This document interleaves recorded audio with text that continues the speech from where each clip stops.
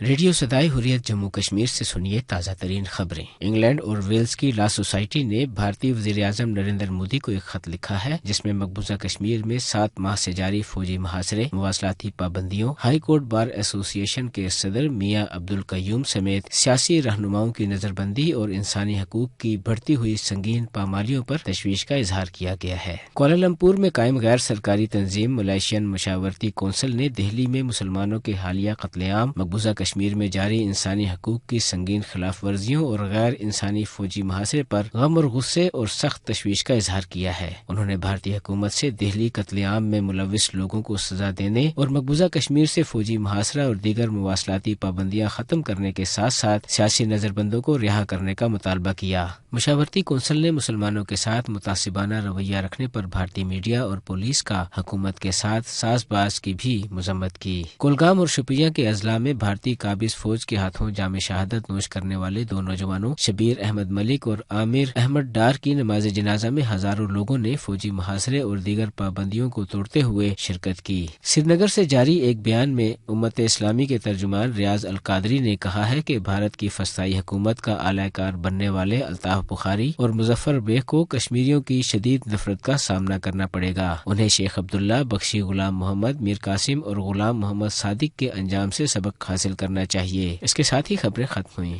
مقبوضہ ریاست جموں کشمیر میں اگرچہ ہر طبقہ فکر کے لوگ یکساں طور پر بھارتی ریاستی دہشت گردی کے شکار ہیں، تاہم کشمیری خواتین بھارتی بربریت کے نتیجے میں سب سے زیادہ متاثر ہوئی ہیں۔ بھارتی قابض فورسز خواتین کو شہید اور زخمی کر رہی ہیں، بلکہ شیطان صرف بھارتی فوجی خواتین کی آبروریزی کو ایک جنگی ہتھیار کے طور پر استعمال کر رہے ہیں۔ 1989 سے اب تک بھارتی فوج نے نہ صرف ہزاروں خواتین کو شہید کر دیا ہے بلکہ 11,000 سے زائد خواتین کی آبروریزی کی جا چکی ہے۔ اس کے علاوہ 22,000 سے زائد خواتین بیوہ ہو چکی ہیں۔ اسی حوالے سے سنتے ہیں chairperson peace and culture organisation اور chairman Jammu Kashmir liberation front Muhammad Yasin Malik کی اہلیہ مشال ملک کی گفتگو۔ مقبوضہ جموں کشمیر دنیا کا وہ علاقہ ہے جو اس وقت 70 سالوں سے اپنی آزادی کی جنگ نہتے لڑ رہا ہے، اور آپ کو پتہ ہے اس کی فور فرنٹ پہ کون ہے؟ کشمیری خواتین ہیں، جہاں پہ ہندوستان کی forces rape as a weapon of war use کرتی ہیں۔